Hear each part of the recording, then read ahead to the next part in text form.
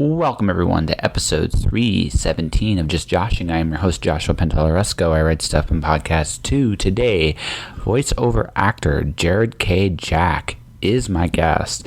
Jared is a voiceover actor. He's also an improv actor. He does a lot of cool different things, and we talk about a whole bunch of them here. Up the way, he may also be a voice of a certain novel, Cloud Diver, which is going to be coming out January 4th. So what's going to be happening in the next week or so is I'm actually putting all the copyrights together for both Alice Zero and the Cloud Diver. The Cloud Diver is going through its final workings as of right now. I'm handing in my acknowledgments, dedication about the author stuff, literally to my artist this week as we're compiling the book and putting it all together. And we're going to be doing a release very, very soon. Everything hopefully will be done as of tomorrow. And once tomorrow's done, and then it's just copyright stuff and uploading it to Amazon and other platforms we're going to choose to upload in, and it'll be up and running. And Alice Arrow is pretty much done except for the cover. And really, it's a logo. That's it. A logo. And so what I'm going to be doing is December 25th, Alice Zero will be available for everyone for free just for that day. It's my little Christmas present for each and every one of you. And just for that day. Now, once September 26th rolls around, it'll be for sale digitally, 99 cents. It'll come out in print sometime early next year. Same with the Cloud Diver. Cloud Diver will not be for free. It'll be coming out January 4th for $3. And you can get that there on Amazon and other platforms digitally. The print release will be shortly thereafter. I might change the date to January 6th to make it a Tuesday, but you get the idea. So things are about to move quickly. I decided that I want to make a bigger impact with Vancouver, so things are going to start rolling very, very soon. Anyway, let's get to our conversation with Jared, shall we? Think you have what it takes to survive? Then get your ass to Mars.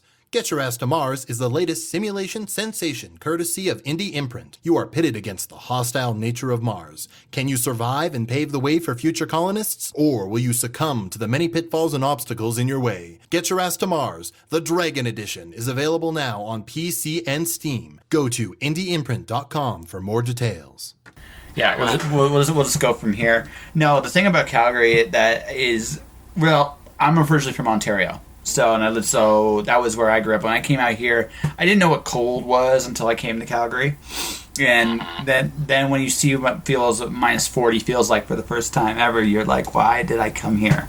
And years later, I still wonder that. But that's that is usually how this goes. I find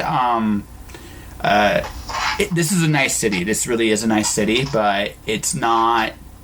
I like it. I don't love it. Does that make sense? Yeah, of course. Yeah. So that's kind of how I feel about it. You're in LA right now, right? So.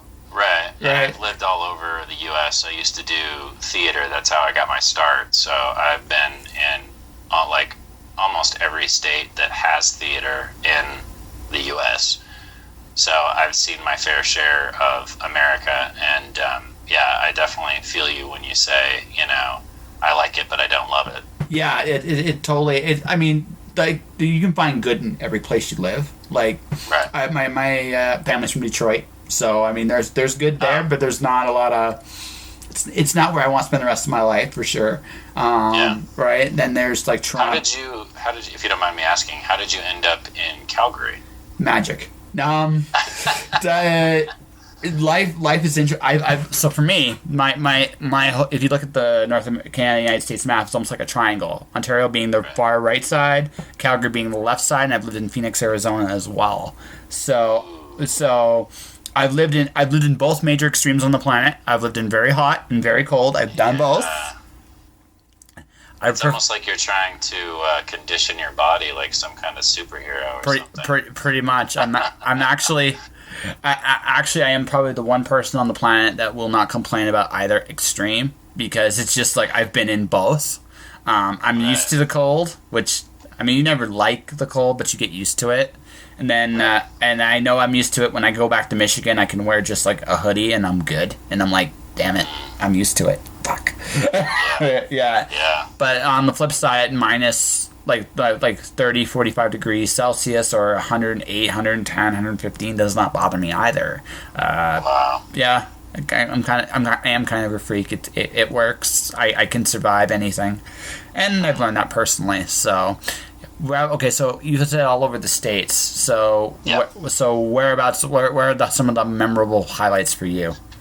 Well, New York City, obviously. I lived in Cincinnati for a while, Texas, Florida very briefly, all over Washington State, Oregon, Portland, Seattle, Bellingham, Chicago. I mean, honestly, if it's a city, Washington D.C., if it's a city that does theater, or if that's like, something that exists there or people actually go to it, then I've probably either done a gig there or lived there for a while. So you still do a lot of traveling at this point? No, I'm kind of LA based at this point. I am slowly switching over. Actually, not even that slowly. I'm rapidly transitioning over from doing a lot of on-camera stuff to doing primarily voiceover. So that's my main jam. And if you want to do video games or animation or any of the kooky, wild, crazy voiceover stuff, then Los Angeles is definitely the best city to live in still. Anime, that's also a big yeah market here. Yeah. Oh yeah, no, I know. Like, there's one of the bigger studios is actually based in LA, so it's just like, yeah. So, I mean, it's good for that kind of deal. So I guess LA was always the destination, or was this like an evolution? No, I went to grad school at Cal State Fullerton. That's where I met my now wife, and we actually ended up going to Cincinnati, of all places, to do theater straight out of grad school. And then after that, the natural migration, I guess you could say, was to go to New York City. So we went there for a while, and then the recession hit in 08, 09, and being in New York City is not necessarily an easy place to live. It's expensive. Very. And when the recession hit, even more difficult. So, and we were trying to, survive off of theater money. So we kind of just got burnt out on the poor, starving actor routine. Yeah. And decided to give LA a shot because we'd already lived in Orange County. Her family's still in Orange County. My family's still up in Washington State. So it just made sense to come back to the West Coast. And the West Coast will always be home to me. So whether I end up living in Washington or Oregon or California in the long term. But LA's been good. LA's been very good to us, so I don't foresee us leaving anytime soon. No. Although you never know. You never know, because voiceover can change everything in a heartbeat. It depends. It depends. Like, for me, LA made a very terrible impression on me. I met because... So my story is, my LA story is when I moved to Phoenix. I was in Calgary the first time there, so I moved from Calgary to Phoenix, and I had this ability to fly either to Denver or LA, and I thought, okay. Now, in my stupidity, and I'm going to say this in stupidity, don't ever do this, ladies and gentlemen, I decided that from LA, I'd take the Greyhound to Phoenix. The LA Greyhound station is in a horrible neighborhood. Yeah. So my LA experience was, instead of enjoying the sights of LA, I got to see a guy come up to me and try to sell me gold watches and other things for no tax. I mean, that is a good thing about that. There is no taxes for that kind of stuff there. But it's one of those situations where I think the interesting thing for me about LA is LA just feels like it's a whole bunch of different cities, and and it's linked by highways. I've never been in a city quite like that. Does that make sense? Oh yeah, it makes perfect sense. I mean, it is essentially a bunch of cities that grew together, and there are definitely cities within Los Angeles that I like or recommend, and there's definitely other portions of the metropolis Metropolis. There you go. I need more caffeine. That's fine. There's definitely places here that I don't recommend going to. You know, like if a tourist comes into town and they're like, "Hey, let's go walk, Hollywood Boulevard and see all the stars and what have you," and I'm like, that's probably the worst place you could go, especially as a tourist. But it definitely has its pluses and minuses. And after living in New York City, I definitely got a huge dose of the culture and borough to borough difference. I fell in love with Astoria in Queens, but when I originally moved there with my wife, we were in Washington Heights, which I was not a huge fan of. The musical is amazing, but that part of town is not the most desirable. But yeah, so yeah, I guess to answer your question in a roundabout way, I do love the city, but there's definitely parts of the city that I love much more than others. Which makes sense for a place like that. I think the thing that really struck me about LA was just how a really nice neighborhood and a really, really bad neighborhood could literally be side by side. Oh, and it's amazing the difference. Yeah. You see it like right in front of you. You're like, how? Yeah. It's stark. Yeah, it's real stark. It's a real stark contrast. But like I said, the nice places are really nice. The not so nice places, not so nice. And that's I think one of the biggest things, like living in Canada, because I've lived in the States, is you do not see that kind of starkness here. This doesn't say there aren't poor neighborhoods here, but it's nowhere near as blatant. Sure. Yeah. So that's that's the biggest difference. So when people talk poverty up here, I'm like, there's a big difference. There's poverty here, and then there's poverty there. And I tell people all the time, America is the greatest country in the world if you have money, right? Yeah. If you have money, it's the greatest country in the world. If you don't, it can be a nightmare. And a lot of people don't grasp. Again, the difference is, if you've never been there, is so diverse. Sorry, being so depressing here. But no, it's not depressing. I mean, what you're saying is dead on. I felt that way about New York, and then moving to LA. I think the only difference between LA and New York is New York, you're going to experience that no matter what, because you have to walk around and take the train and what have you. And in LA, you can live inside of your little bubble, which most people do, and travel from bubble to bubble. They don't necessarily see all of that. It sounds like you got a big dose when you went to that particular part of town. Well, it's just your eyes are awake, right? You have to I find, like, I hate being the tourist traveler. Like, I hate that when you travel with you're the tourist, because it's not really you're not really experiencing a place if you're doing that, right? And don't get me wrong, there are definitely some places where the tourist thing is what you're going to see, but if I'm going to Las Vegas, for example, I don't just want to go down the strip. I want to see the rest of the city. I want to see how people actually live. Because that's when you truly understand a place. Right? So. I totally agree. My wife and I love to travel, although we just had our first kid, so that's probably not going to happen again. Well, it will in a couple of years. Once you guys finally start sleeping regularly again, then travel will be possible again. Yeah. But as far as the traveling is concerned, I could not agree more. One of my favorite things to do is definitely to go off the beaten path, no matter where we've gone. Our most recent trip before the baby was born was Rome and Barcelona. Oh, wow. And those are both cities that you can just get completely lost in. And every time you walk down another street or alleyway, there's just so much history and architecture and beauty. And it's kind of fun to just wander, to just see what's around the next corner. And you end up having these really cool experiences that aren't choreographed or planned. Whereas normally when I travel, I like to kind of, create like an itinerary and go to as many sites as possible. because this was so hastily planned, because originally we were going to go to Thailand, but she was pregnant, so we didn't want to tease the whole Zika virus situation.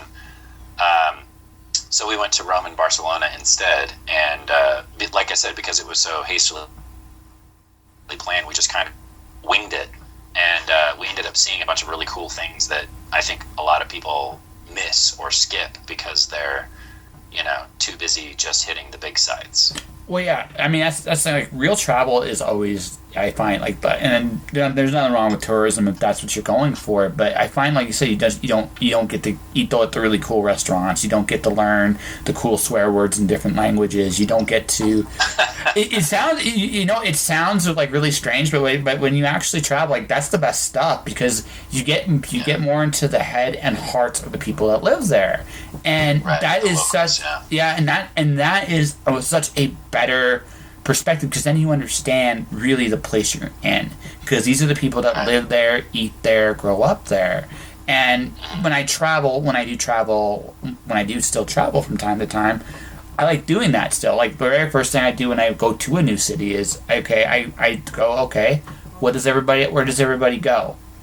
And where aren't I supposed to go? And I go. Have you ever been to? You've been to Vancouver, right? Did you ever go to the Richmond Mall where it's completely Chinese? I vaguely. It's been years. But I vaguely remember going to a place in Vancouver where it did feel like I was going to another country. Like, it was such a trip, and I remember going into a restaurant, and I don't know if it was Chinese or Japanese, but it was traditional enough to where you actually sat on the floor, and they had the tiny little squat tables, and the server would come over to you and, like, kneel down next to your table to take your order. So I do remember parts of Vancouver that were very much, at least at the time, eye-opening because of how, because I was pretty young at that point, isolated I had been living in Eastern Washington up until that point. Fair enough. Well, the story I have is, I remember this. It's an all Asian mall. There's nothing English in there. So my dad and I, when I went on this trip, we went in this mall. We just wanted to see what that felt like. It's the closest thing I've ever felt to a foreigner in my own country, because I was because honestly, like, we were literally the only European background people in there, and there's nothing in there was built for us at all. It was such an interesting experience, but it's real, right? So totally. So, but you're in LA and you've been doing voice work, and I see you've been doing Dungeon Run. So yes, the Dungeon Run is my new big obsession. Although, audiobooks is still a relatively new thing to me as well. I actually just finished my 4th audiobook today. Congrats. So I'm still, thank you. I'm still pretty new to the audiobook world, but it's all storytelling. But yes, the Dungeon Run is a live streaming tabletop game, kind of like what you would see on Twitch, like if you ever watch Critical Role, yes, which is the more famous one. We're on Caffeine, or Caffeine TV, which is an app that you can download and put on your phone or your iPad, or even watch it on your computer. It also gets put up on YouTube afterwards, but it's a live streaming tabletop game. We play Dungeons & Dragons 5th edition. And the cool thing about what we're doing is that people that are watching can actually influence the game. So they can use these digital interactions that allow them to influence the game. So let's say like a force of good or a force of evil or advantage or disadvantage. They can use these items, and it immediately affects whatever is happening in the game. So you're not just watching and chatting with the other people that are watching, the other viewers, but you actually have the opportunity to change the story, so to speak, which people have really seemed to love. Which it's very revolutionary. Like I sometimes I catch myself thinking, well, if we just change that or this, it would be so much better. And then I realized that we're doing something that really hasn't been done yet. There's lots of streaming shows, and there's even streaming D&D shows. There's tons of those, but this is one of the first times that there's been a streaming show where people can immediately affect what's happening, and you don't even necessarily have to buy one of the digital items. You can actually affect it by just being a member of the chat. And if Lord Erebon, who's the host, who's an animatronic mind flayer, which is another cool part of the show, he will pose these questions to chat, and people will vote on it. And whatever gets the most votes ends up transpiring in the game. So it's very, very, very interactive, and I find it fascinating. And coming from an improv background and a theater background, and being a huge nerd and loving Dungeons and Dragons, it's been an absolute joy to be a part of. It's something I'm actually surprised hasn't been done prior to this, but it's an ingenious idea, because again, we live in an age now where we're a lot more interactive. Like, right? I'm on Twitter. I can talk to anybody, anywhere, anytime. The fact that we're having this conversation is, I mean, it's not new anymore, but it's still relatively new if you look at it in terms of points in time. And so, so the fact is that, like, it makes sense that as more and more time goes on, there's going to be a lot more. I feel like the interactive show, whatever that might be, is probably going to be the way of the future. The idea that television is completely separate from the audience is fading away. So yeah, I mean, the first step, I think, was obviously the digital revolution. The second, going towards streaming, but I think the streaming services, Netflix and what have you. But I think the third step is going to be the digital interactions for the streaming shows, and getting more live shows and live interactions. It's already huge in China. There's a lot of streamers that will stream in China, and they'll say things like, "Hey, you want me to go jump in that fountain over there? Share my post, and if I get 100 shares and 1,000 likes, then I'll go jump in that fountain." Just to throw out a random example. Yes. But what Caffeine is doing is they're saying, that's all great for those individual streamers, but what if we do actual shows? What if we do a talk show? Like they have a Live from the Eighth Dimension. It's a virtual reality talk show where the host, played by Amy Vorpal, and a couple of other characters, interview people on the show, but they also take live questions from chat too. So that's one more way for Caffeine to kind of flex its muscles and go, look at something that we're doing that's completely new and completely different. And there's actually been a spin-off from the Dungeon Run, because the Dungeon Run is one of the more successful shows on Caffeine. That's original content, that is, called the Dungeon Rundown, where Trisha Hirschberger, she hosts the show, and she has guests, cast members from the show, Jeff Kanata, the Dungeon Master, or myself, or Jessica Lynn Parsons, or Morgan, or Ron, or Katie. Those are all the cast members. Has them on the show, and the people that love the show will tune into the Dungeon Rundown, and they can ask any burning questions they have about our characters, about our backstory, about us.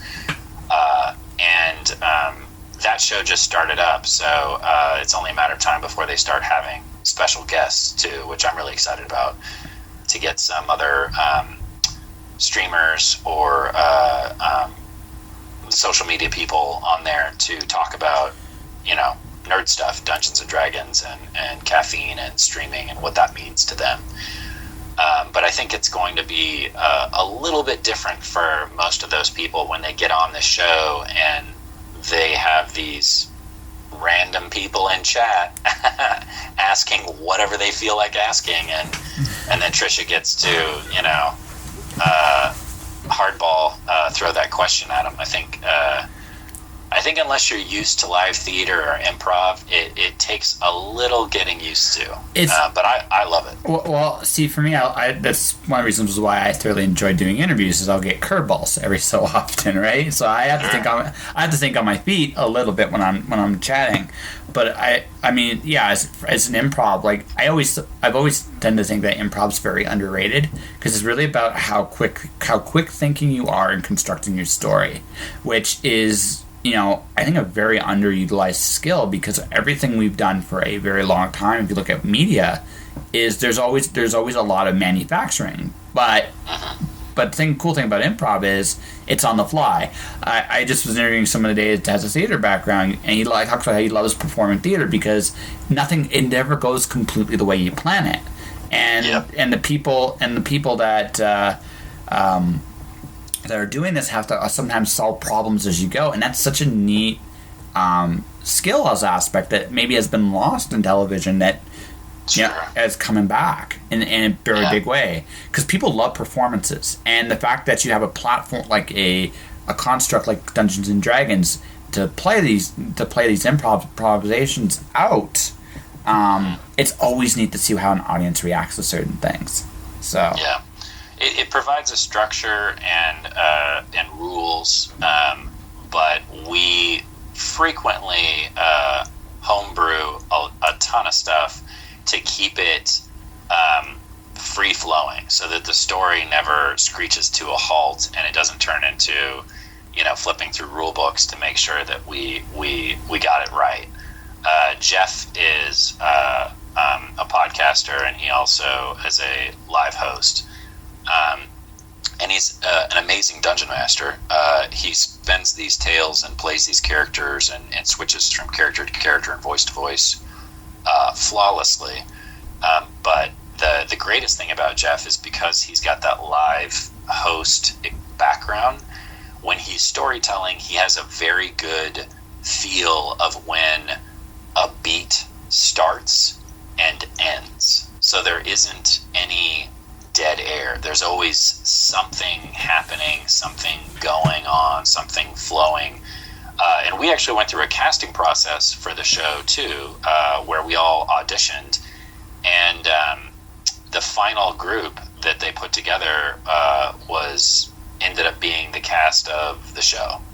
And it's just because I think, well, at least one of the reasons why they cast us is because we just clicked. There was no, even though we didn't know each other until that day, we just immediately clicked, melded together, and when we were creating this, communal storytelling atmosphere or spinning this tale or yarn, it didn't seem forced, and it didn't seem perfunctory or fake. It was just like we had been friends for 10 years and sat down to play a game that we had played hundreds of times. And that made it very exciting and very comfortable to launch the show without even having to have much in the way of rehearsal. Well, that it's always, like, chemistry is always really hard, especially like even though like in gaming, right? Sometimes one of the hardest things to figure out with your team is what role you're in, right? Because some, like, there's always people that are like, they like to be tanks, or some people that like to be healers, or some people that like to be whatever. And sometimes you're like, okay, what does the team need? And sometimes that can cause a lot of problems, especially in early games, because well, our group is missing a cleric. I will say that. Unfortunately, we're a wizard, a warlock, a barbarian, a rogue, and a wizard, a warlock, a barbarian. And a bard. So the bard's the healer? We're definitely hurting. Yeah, the bard can heal. Yeah, okay. But but that's not her forte. That's Yeah, not her. but it's not her main job. But it's one of those situations where it's problem solving. You don't have a perfect group, and because you don't have a perfect group, it's actually more interesting, probably. Oh yeah, there's definitely been a couple of times where we were like, we were having those conversations where it's like, how are we going to get through this? How can we solve this problem? And it's one thing when the whole group's doing it, but it's another when it's like when you're like, okay, I have all these cool abilities, what should I do? And like I said, when you have a team that can kind of fall into place, like they know who they are and they know what they're supposed to do, that's great. That's usually when the best games can actually happen. Everybody knows what they're supposed to do. Everybody knows their part. And because a good role-playing experience is about working together as a team on some level. Because otherwise, the GM just laughs at you and kills you. Yeah. Or he doesn't even have to try. You end up, sabotaging yourself and sinking the boat while you're in it. So, yeah. It does happen. And so, kudos to you guys if you had that chemistry right at the very beginning. Well, it's funny you say that, because in the most recent episode, there was a little bit of a blow-up. Oh. It ended up resolving perfectly, but the barbarian and the warlock kind of got into it because we were on this pirate ship, and the pirate captain was essentially extorting our services out of us. Forcing us to do things that we didn't necessarily want to do, and the barbarian kind of had enough at that point. But at the same time, we're on the pirate's ship, so we can't just kill all the pirates, because if we do that, then we'll just be floating in a ship in the middle of the ocean. So the warlock was trying to convince the barbarian to at least get to calm down. And the barbarian was just getting more angry because nobody was telling the captain of the pirate ship that he was dead wrong and that we weren't going to do his dirty work for him. But my character is Civ Red Thistle. He's a Tabaxi rogue, so I'm a sneaky little cat man. And what I was trying to achieve in that moment was to essentially tell the pirate captain what he wanted to hear, and then not do any of it. But I couldn't even get that out because Ron, who plays Uggo, was losing his temper and escalating the situation. So it was pretty tense. But we've done 15 episodes thus far, and we're slated to do a ton more. And that's the first time that we've actually had character-to-character infighting. So I consider that a pretty long streak to not have much in the way of real conflict. That's actually really good. Like I said, sometimes I remember one group in particular, we were playing Exalted. I don't know if you've played Exalted. One guy was that one guy never figured out his role. He never could figure it out because everything was just taken up, and so he just kept slowly trying to shift into somebody else's role because he didn't fit, right? He didn't know how to make himself fit. So it's one of those situations, like I said, it just when you're on a team, you got to kind of figure out what you're supposed to do, and it's hard. And even when you figure it out, sometimes what's really good, if a GM is really evil, you figure out the character's motivations and you turn their motivations against each other, which is always like that causes. I'm not saying I would ever do that as a GM. Actually, I would. No, I'm only kidding. But I mean, it does happen, and those are some of the best.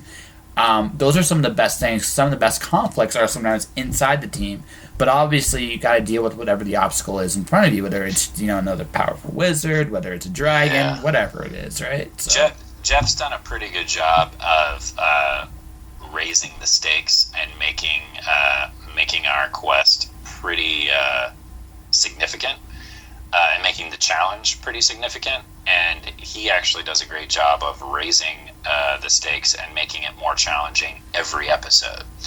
So the people that are watching will frequently, the viewers, will buy us forces of good or advantages to kind of give us a little bit of a boost. And lately, there have been a slew of new people watching they'll want to make it more challenging for us, which is great. So they'll buy forces of evil or disadvantages to kind of counteract what's happened thus far, and it makes for a giant ball of chaos. And so the players and Jeff, we never really know where things are going to go or how things are going to turn out until we're in the middle of it. And the nice thing is that we all come from some form of performing or improv background, and so we just roll with it. And as long as we trust each other and trust that, you know, the dice will work themselves out in the end, it ends up just adding to the story as opposed to ruining it or destroying it. Which I always thought in the beginning when we first started doing this, my big concern was, wait a minute, anybody that tunes into this could easily just decide to, you know, buy a bunch of forces of evil and destroy our group or make it incredibly difficult for us. But because it's a crowd, because it's a group of people, a decent sized group of people all chiming in at the same time, there's enough people that wish us well to counteract the people that wish us ill. That is such an interesting dynamic. It must sometimes feel like you're on a stage still. Because it's one of those situations where you're still playing with the crowd's emotions a little bit as well. Because I'm sure when you even do a performance like in front of an audience, when you're doing a play, there's always somebody that's rooting against you there too. But there's always much more people that want to be engrossed in what you guys are doing. So playing with those buttons must be fun. Yeah, and I appreciate and I love the people that are watching that want to make it more challenging for us just as much as the people that boost us up. And we've had some real great diehard fans watching that they're there every single episode and they're, you know, cheering us on, and when things get sticky they help us out as much as possible. And we've had some, you know, diehard evil people that tune in every episode and they're like, hey, you guys are getting this way too easy, or this isn't challenging enough, and they, you know, throw a wrench in things. And there have been multiple moments where my character has almost died, or Uggo the barbarian has almost died. So the nice thing is that because we have these rich backstories for our characters, and because we're all performers, and because Jeff is such a great storyteller, there's never a dull moment, and we can make just as much of a moment out of sitting around a campfire and just having our characters interact and talk with each other as we can in the big epic fights. In fact, some of the most interesting moments of the show have actually just been character-to-character interactions before or after the actual fight or conflict. Because in D&D, I feel like the fights are because it's so turn-based, that it's almost like the most clunky, slowest portion of the storytelling, because you're, you know, turning to the next person, okay, what do you want to do? And then the next person, okay, what do you want to do? Okay, now it's my turn, and the monsters do this. But when you're just interacting, there's no pause, there's no break. It's just, I say this, I do that, and then they immediately, you know, bounce back and say something back to you. So that's when the long form improv really comes into play, and that's when you have some of the most touching, the most tense, the most loving moments that you get in the whole show. So and that's what I live for. That's those theater moments is what keeps me coming back every week. Honestly, I mean, if you talk about storytelling, the best stuff is always the character stuff. When you get to combat, even in any form of storytelling, the combat itself almost has to tell a story in of itself to be interesting. Because really, look, I don't know how much of a comic guy you are, right? Yeah. I know Superman's going to beat Lex Luthor. I know he is. That's not the point. The point is, how does he do it? What's the story? getting to that moment. Because the moment when it gets there, right, the payoff on the comeuppance of it is not so much that Superman destroyed the giant or what with his bare hands. That doesn't really matter. What matters is what did Superman have to get? What do you have to go through to get to that moment? The journey is very, very important. The actual, when you get to the destination, it doesn't have to be really that interesting. It should, hopefully it is, but I mean, the journey is what makes it worth it, and it's always the character development. You know, what did you overcome? What did you learn? Where did you succeed at? Where do you fail at? That's the more interesting one. People always like to rip on Superman and talk up Batman, but I always liked Superman and his story because even though he seemed like he was completely indestructible, he still had weaknesses. And I'm not just talking about kryptonite. No. I actually think his biggest weakness is the fact that he wants to be human and he's not. And he's trying to fit in with humans and he can't, or he's just struggling to do so. And he falls in love with a human woman, which then creates more weaknesses and more things that can be used and abused and taken advantage of by the villains in the story. So even though he seems completely indestructible, I think Superman's biggest weakness is that he cares. It's his biggest strength, but it's also his biggest weakness. Absolutely. Yeah, and I think the reason why Batman has exploded and done so well on the big screen, and Superman has kind of stymied or suffered or not done as well, is because the stories that they've chosen to tell, at least on the screen, when it comes to Superman, are the least interesting. Absolutely.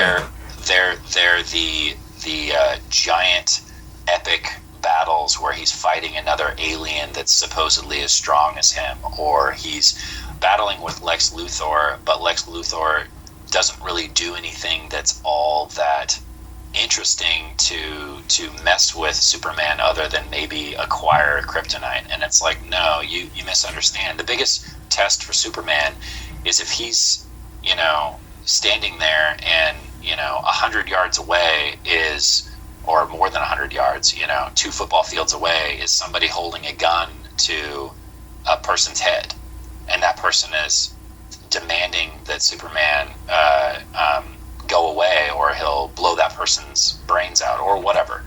And Superman in that moment, he might be indestructible, but he can't travel to that gun fast enough if he's, like I said, 200 yards away or whatever, to get there by the time the damage has already been done. And that challenge or that risk, or maybe if there's like 6 different goons and they all have hostages, he's only going to be able to save 2 or 3 because he's as fast as a speeding bullet, but he's not going to be able to save them all. So who does he choose to save? Yeah, Well, there's those quest stories. Superman, I find he's best when he's 2 things. He's fun. I mean, like for example, he has a microscopic city where a race of survivors survive. He invents crazy stuff all the time. Jimmy Olsen usually used to become a monster every week, just become a different monster, right? But the thing is, so a lot of people tend to forget what Superman is.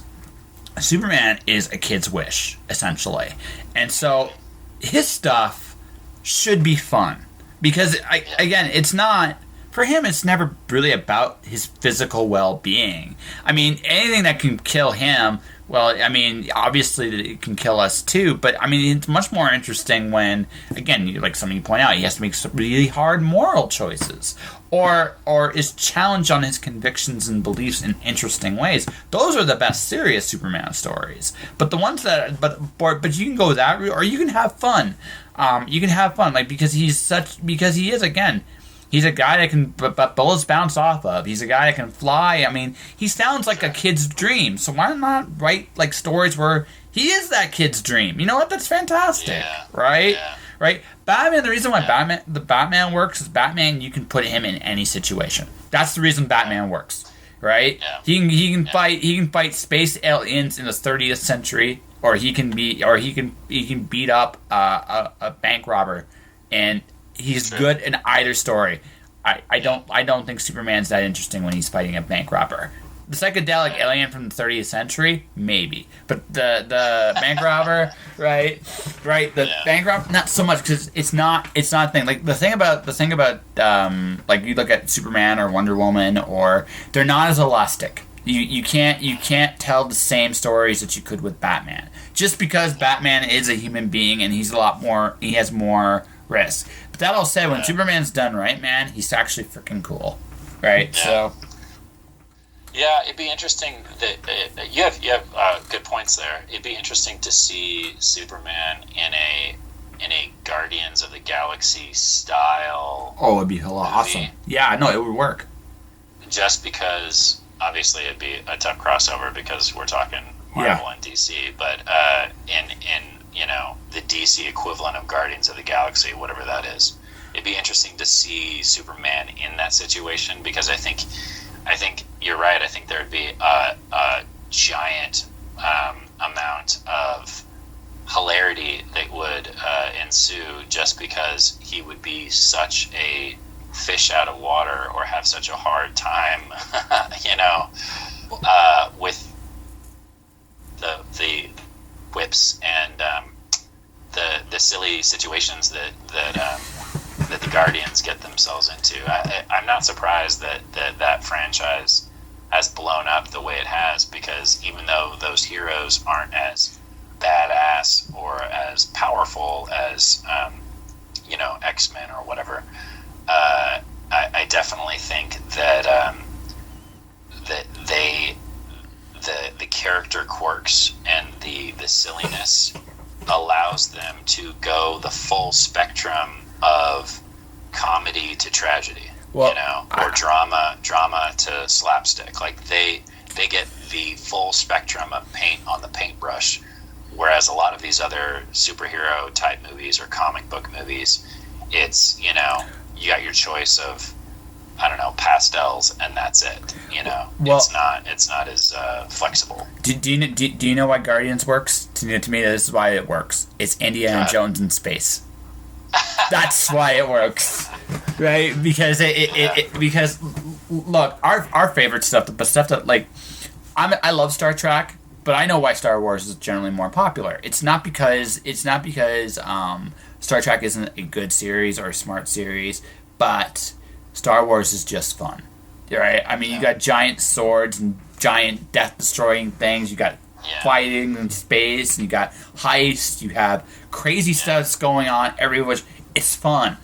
And one of my favorite animes of all time is Cowboy Bebop. It's got a similar concept, right? It's a similar concept. One of the best. Yeah, I love Cowboy Bebop because it's one of those ones where it's just like, first off, it's just incredibly smartly well done. Like the fact that music impacts so much of what happens in that series. But there's so much range. You got them doing what they can just to get that next paycheck because they're poor and they're poor bastards. Who doesn't understand that, right? Yeah. But on the flip side, I mean, you got some really, really deep, intense history with some of those characters. And then you get some fun ones. Like, I can't remember the kid's name, but when he was playing chess with the old man from outer space, and it turns out that they were looking for him, that was such a cool little episode. And it was just like, but you could do that because the box allowed it to do it.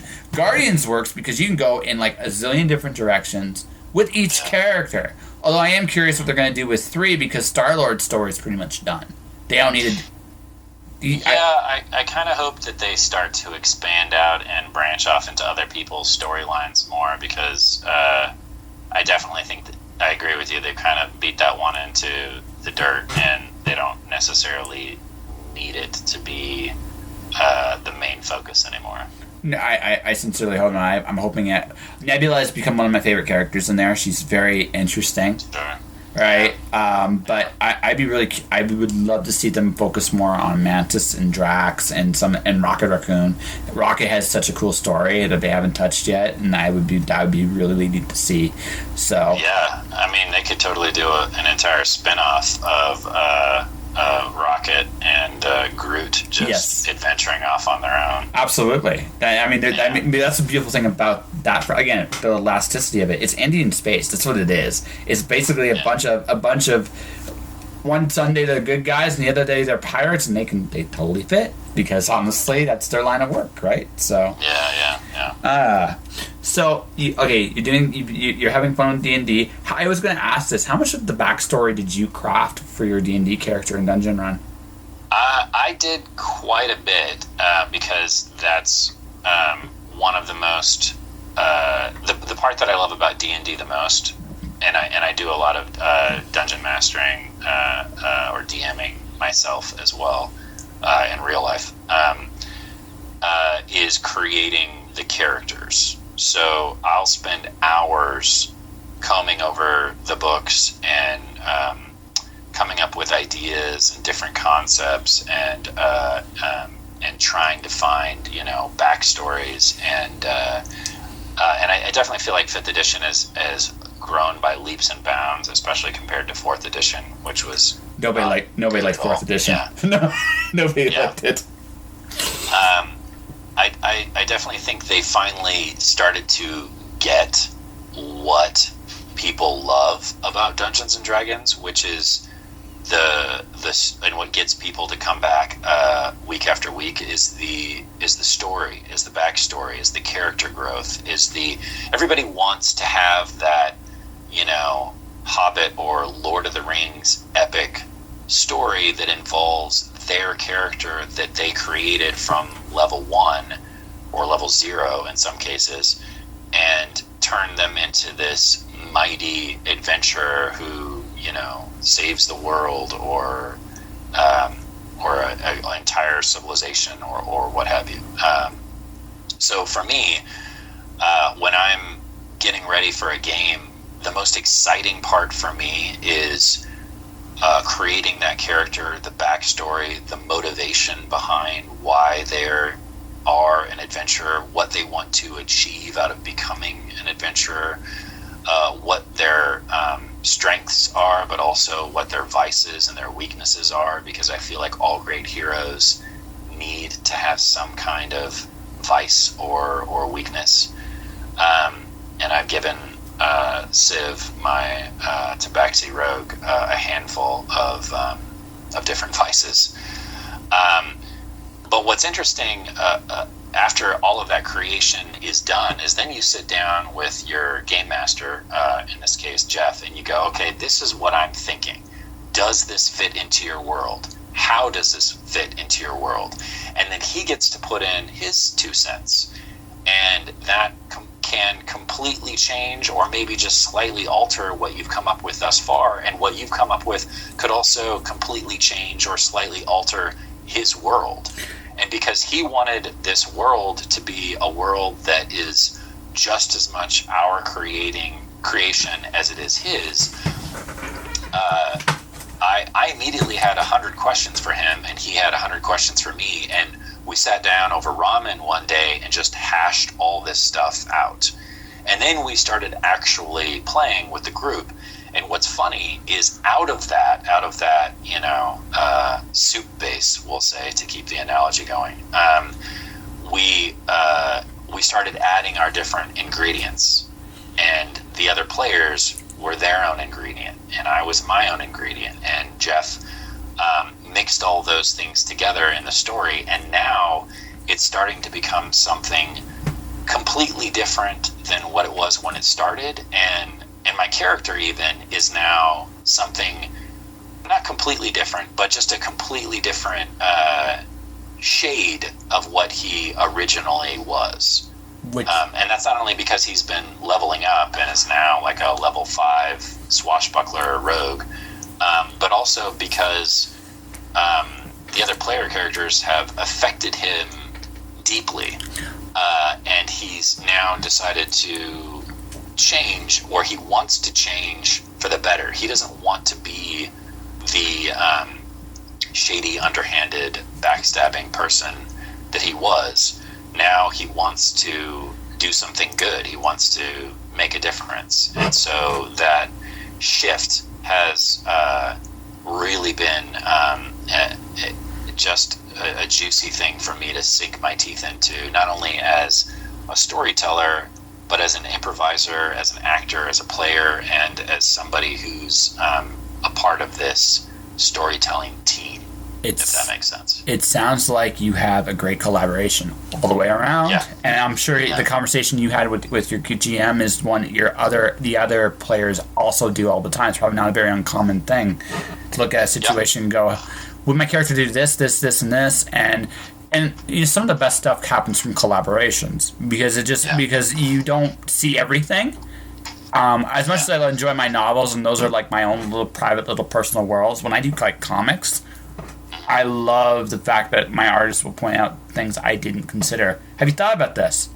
No, I didn't. Yeah. Why did I not think of this? You're brilliant. Right? But that's the best part. Like, cool thing about the creative process when you're not by yourself and you can jam with other people is they all bring something to the table that you don't, and it definitely adds to what. For the super analogy, it definitely adds spice to the final product. So. Yeah, that's one of the things that drew me to doing these co-narrations with Marnie and Audio Sorceress is getting to create all these different characters and use these different voices and really stretch my skills as a voiceover artist is great.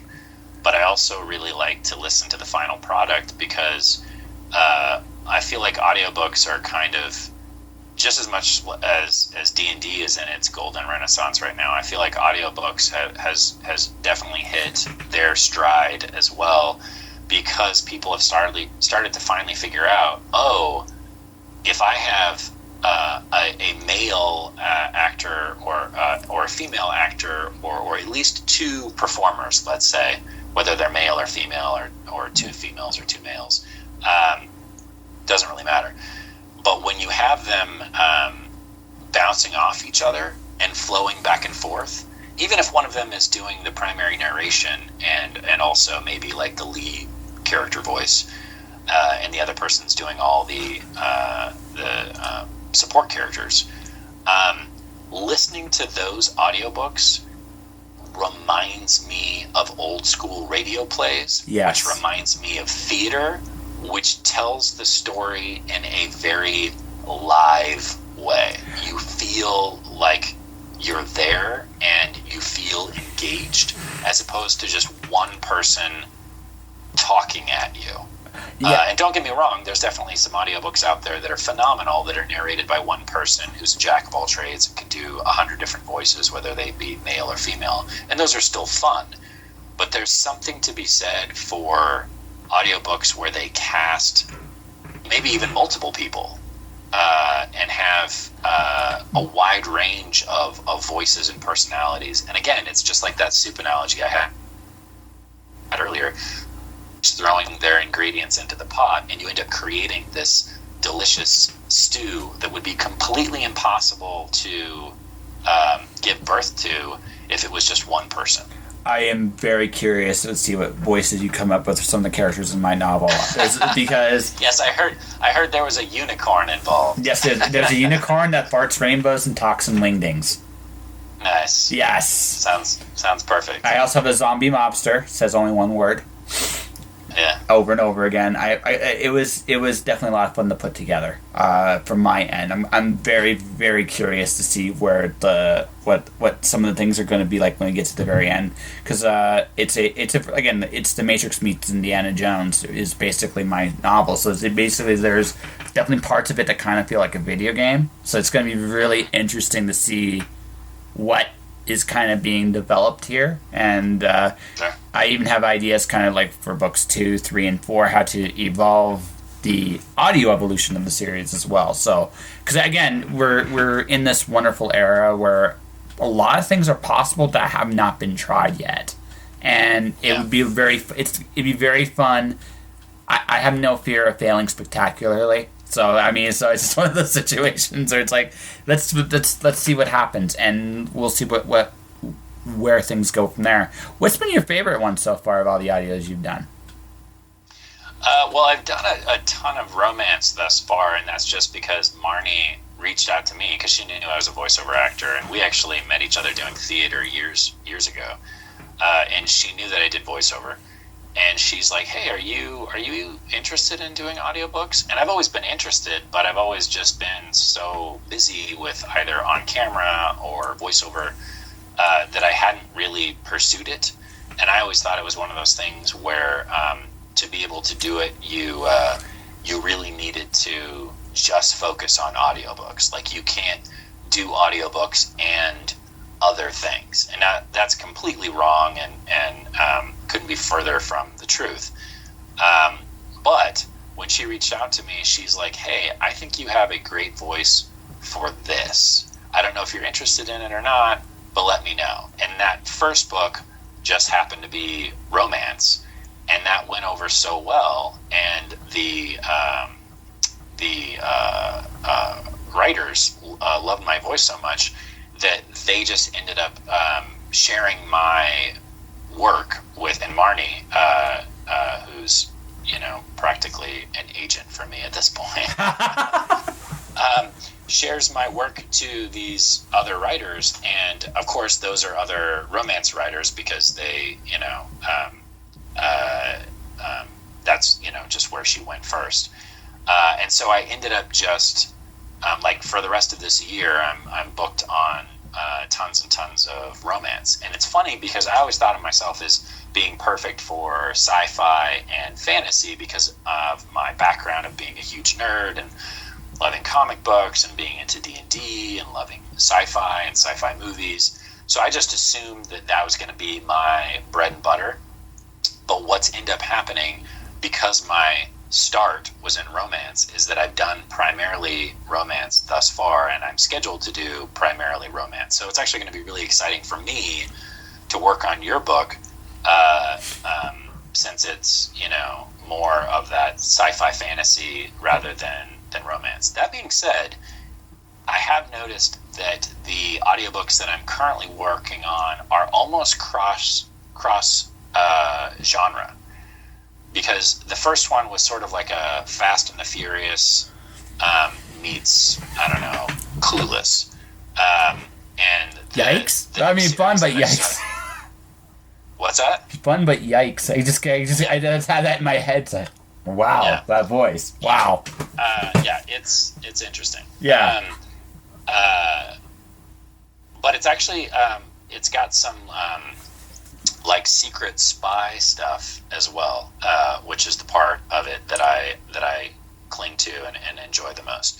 Then the next series of books that I worked on has some sci-fi aspects to it because the part of the world that is different from our own is that there are these things called variants, and they have essentially genetic mutations in them, much like X-Men do, and they get these supernatural abilities. So that has a kind of a cross genre feel. And then this latest one that I just finished today, actually, is pure fantasy with a healthy dose of romance, where the character is this, very poor street urchin girl who gets roped into playing this really dangerous game or this series of trials where it's a life or death game. So it's got kind of that what's the movie? The Hunger Games. Okay.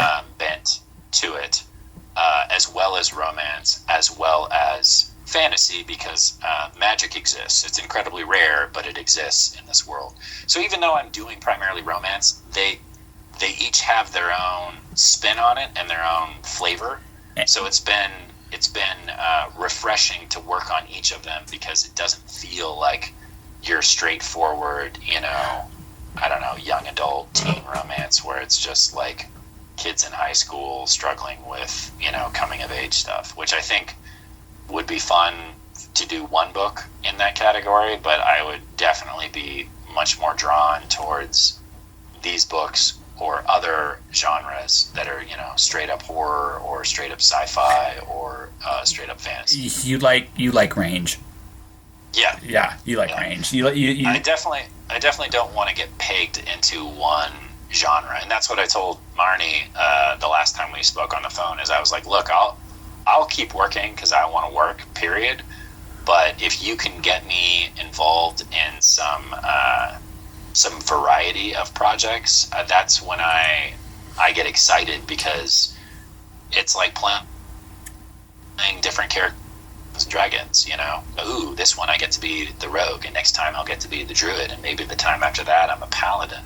Yeah. It's those different flavors of ice cream or different sets of paints that I get to play with that excite me. And because once you play those different constraints, you get to grow each and every time. So sure, is that right? Yeah, I already listened back to some of my early audiobook work when I was just doing short stories for fun, or to create samples, and I cringe because I've already learned so much and grown so much since doing those first few audiobook sessions. And it's just like, it's just like on camera acting. It's just like VO acting. The more you do it, the better you get. And I'm excited to see what happens in the future, and how my, not only how my career grows, but also how my tools in my tool belt multiply. Absolutely, because once you do one thing, it leads to other things. It's just how it works. So yeah. Well, not only that, but it's like, working. It's funny because working on these romance novels has actually influenced what I choose to do in the dungeon run. Absolutely. Because in the dungeon run, my character is this swashbuckler, and I was like, what kind of swashbuckler do I want to be? Do I want to be like a pirate? Do I want to be like a fop where I challenge people to duels? And I was like, no, you know what the type of swashbuckler I want to be? I want to be Cyrano de Bergerac, because that was a play that I performed in years ago, and I fell in love with that character and that character concept. And I said, what better way to have my Tabaxi rogue grow than to have him fall in love and to have him start to write poetry. And that opened up his heart so that he wasn't this, stereotypical, because I think it's a very easy trap for people to fall into when they play rogues in D&D, is that stereotypical I'll stab anybody in the back for a coin, you know what I mean? Or I'll kill something just so I can pick its pockets.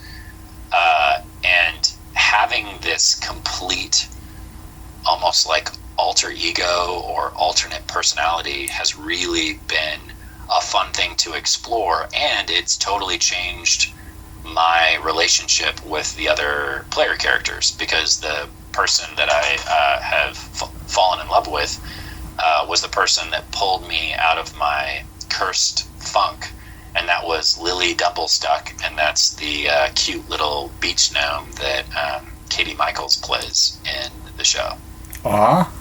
No, it sounds like it's fun. It's always fun when you get to add elements, and the thing is, like I said, when you do multiple different things, you see more. Like, you see more of what you can do with the thing you're doing, and suddenly, bang, it's like, it's better, because now there's layers and depth that you never had before. So it's almost like a chef, a chef that learns to cook French cuisine. He'll all of a sudden realize, oh, that whole time I was making, this, I don't know, Chinese-inspired dish, I can now infuse that with some things I've learned in my French culinary school, and that's when you end up with this Asian fusion food that, kind of dominated the landscape of restaurant cuisine for a while there. Exactly. Well, Mr. Jared, I think we have an interview. What do you think? I think we have a pretty solid interview. It was an absolute pleasure talking to you, Josh. I had no idea how this was going to go. Oh, I never do. I never knew. I don't either. That's actually the best part about this. I just go with the flow of my guest and see what they want to do. And it sounds like you have a heck of a voice career. I'm going to ask one more question, and then we'll plug your stuff. It's because you were talking about a little bit about being behind the camera and voice, but it sounds to me like, do you write? I bring this up because it sounds to me like you have a lot of stories in you anyway with everything you've done. Yeah. It's funny that you say that because for years, and I mean years, I've had friends tell me that I should write, and these are the same friends that I would run a D&D game for, and I've actually written my own role-playing game, and that's where I invest a lot of my writing skills, so to speak. But the thing that I always miss, and the thing that I would probably have to do if I was going to write something more than a poem for the dungeon run or a short skit or something like that, is I would definitely have to collaborate with someone, because I grew up in the theater, I grew up in ensembles, and I grew up always being able to bounce my ideas off of other people and have them bounce their ideas off of me, and I always get so much more out of that. It's so much more of a thrill for me to collaborate with other people that I think if I were to just sit down and write my own novel, so to speak, I would probably get frustrated or bored, a quarter of the way through, and yearn for that time where I get to collaborate with someone, which is one of the reasons why I love doing audiobooks and the dungeon run and on-camera acting and improv, is because then you're taking somebody else's material or performance, and you're incorporating it into your own, or you're breathing life or your own interpretation of their words to life, if that makes sense. No, it's totally fair. I just asked that because, again, you definitely have some solid opinions about how stories should be told. I'm like, seems to me that like one day, somewhere in the far future, you might have a comic / game / movie someday where you're actually completely behind the scenes. And I would love that, because I did do quite a bit of directing in my theater days. I thought something told me you did. Yeah. Something told me you did. It just was like, it's just the way you sound like it's like, this boy has really thought about talking, like telling how to tell a story. He's put a lot of thought into it, and I can just kind of tell. So yeah. But anyway, yeah, it's a love affair. Yeah, absolutely. And it's definitely going to be what I do for the rest of my life. Fair enough. Well, I'm gonna wrap this up. Two things. First off, congratulations on becoming a dad. Thank you. Sounds like you're ready for the next big adventure, because obviously, because you. Oh, it's definitely been a test. Yes, and you will learn so much about you, I'm sure, going through it. So best of luck to you, and congratulations. Number one. Number two. All right. We've talked a lot bit about what you're working on now, so why don't you plug that stuff like in full here and how people can find you? Yeah. So, you could easily find me on Instagram, Jared KJack. Twitter is KJack VO. And Facebook. I'm pretty open on social media. I try to keep it, about my life and what I'm doing as far as industry and creative stuff. But yeah, I'm open to all that. Also, obviously, the Dungeon Run, which is on Caffeine TV every Wednesday night at 6 p.m. Pacific Standard Time. We also put it up on YouTube, so if you want to get caught up, it's on YouTube. Just do a quick Google search for The Dungeon Run or The Dungeon Run on Caffeine TV. It's free to watch. I definitely recommend watching it live, because that's where the most exciting interaction and activity is. But if you're in a different time zone and you can only catch it on YouTube, that's definitely a close second. I perform quite a bit on camera, but that's primarily in the commercial arena. So you've probably seen my face or heard my voice on a car insurance commercial or I don't know, selling a dog food product or something like that.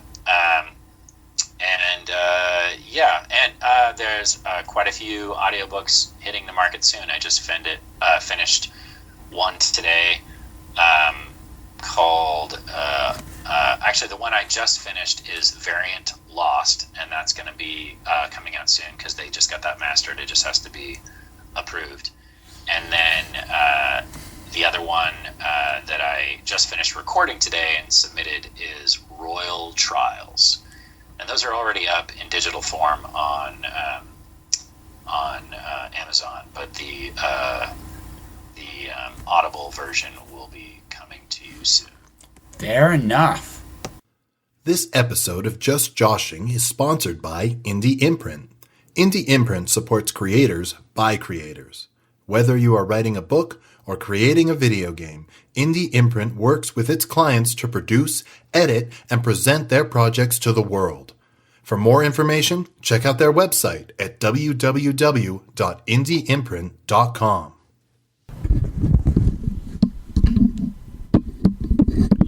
And that was my conversation with Jared KJack. Definitely check out the Dungeon Run. He does an amazing job. His audiobooks are fantastic. I was hoping to have the audiobook being worked on sooner than later. That looks like it's going to have to be put aside for the time being. But I can't wait for Jared to read my book. It's going to be fantastic. And I can't wait to let you guys know when that's coming along. Stay tuned. But for all that, I felt like this last couple weeks, the handcuffs have slowly come off in my time in Vancouver. I'm actually enjoying the city a little bit more.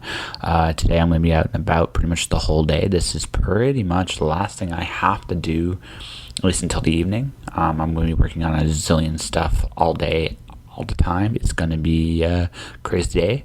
I got a lot to prepare for, but I'm very, very thankful for the journey I'm about to undertake. So I'm excited. Thanks, Jared, for coming on my show. You are welcome back, man, anytime you want. And that will do it for this episode of Just Joshing. So if you want to support the podcast, you can do so a number of different ways. Subscribe to the podcast. I am on iTunes, Google Play, Spotify, Podomatic, and soon to be other platforms as well. Definitely hit the subscribe button. Let people know about the podcast. Tell your friends. It's fantastic. At least I think so. Support my sponsor, Indie Imprint. Indie Imprint is your one-stop shop for an independent creator, whether you are a writer, gamer, or musician, you name it, they will help you. Check out their game, Get Your Ass to Mars. It's fantastic. Survival simulator for Mars. Great stuff, man. I can't say enough good things about it. Outside of that, support Mirror Publishing. They're celebrating their 6th year anniversary. Watcher Storm, Mancer, Wonder, and God are published there. Definitely check them out. Try them out. They're a fantastic publisher located in Windsor, Ontario. Go take a look. My YouTube channel is Joshua Penteloresco. All my episodes are now archived up there. I finished uploading the last ones from the past, so all 276 archived episodes are available. 277. Definitely check them out. Subscribe, Joshua Penteloresco. My Twitter, Instagram is at jpenteloresco. My Facebook page is Josh Penteloresco, author, podcaster. Definitely hit a like. Beyond all that, guys, stay inspired, keep doing your thing, and I'll see you guys next week. Josh.